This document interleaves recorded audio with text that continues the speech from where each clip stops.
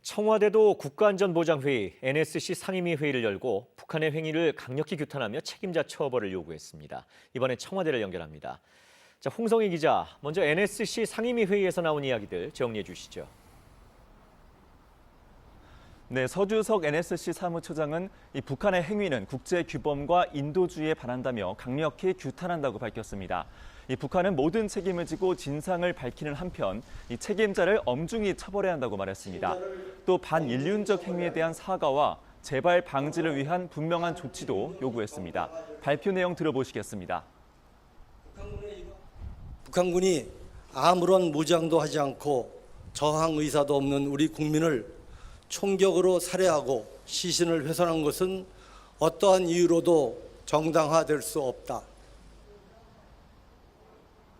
문 대통령도 충격적 사건이다. 어떤 이유로도 용납될 수 없다고 말했다고 청와대는 밝혔습니다. 그런데 실종된 지 사흘이 지나서야 정부의 공식 발표가 나왔단 말이죠. 그동안 청와대는 어떻게 움직였던 건가요? 네, 실종 공무원이 북한에 총격 살해됐다는 첩보가 청와대에 보고된 시간은 22일 오후 10시 반이라는 게 청와대의 설명입니다. 다음 날 아침 문 대통령에게 첫 대면 보고가 이루어졌는데요. 이때 문 대통령은 이 첩보가 사실이면 국민이 분노할 일이라면서 이 정확한 사실을 북측에도 확인하라고 지시했습니다. 그래서 북한에 통지문을 보내서 사실관계 확인을 요청했지만 답이 오지 않았습니다. 문 대통령은 오늘 아침 두 번째 대면 보고에서 이 첩보의 신빙성이 높다는 보고를 받고 국민에게 그대로 발표하라고 지시했습니다. 이 첩보 입수 시점부터 보면 이틀이 지난 건데 이 청와대 고위 관계자는 여러 첩보를 모아서 분석하고 검증하는 데 시간이 소요됐다 이렇게 설명했습니다.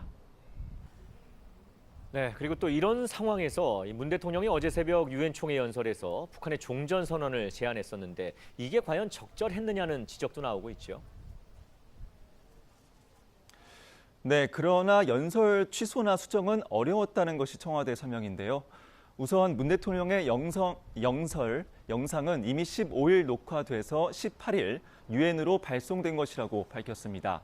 또 연설이 있던 어제 새벽은 이 관계 장관 회의에서 첩보의 신빙성을 분석하고 있던 상황이라서 연설을 수정하지 못했다 이렇게 설명했습니다. 그러나 유엔 총회 연설을 고려해서 사건 발표를 일부러 늦춘 게 아니냐는 논란이 계속 뒤따를 것으로 보입니다. 지금까지 청와대에서 전해드렸습니다.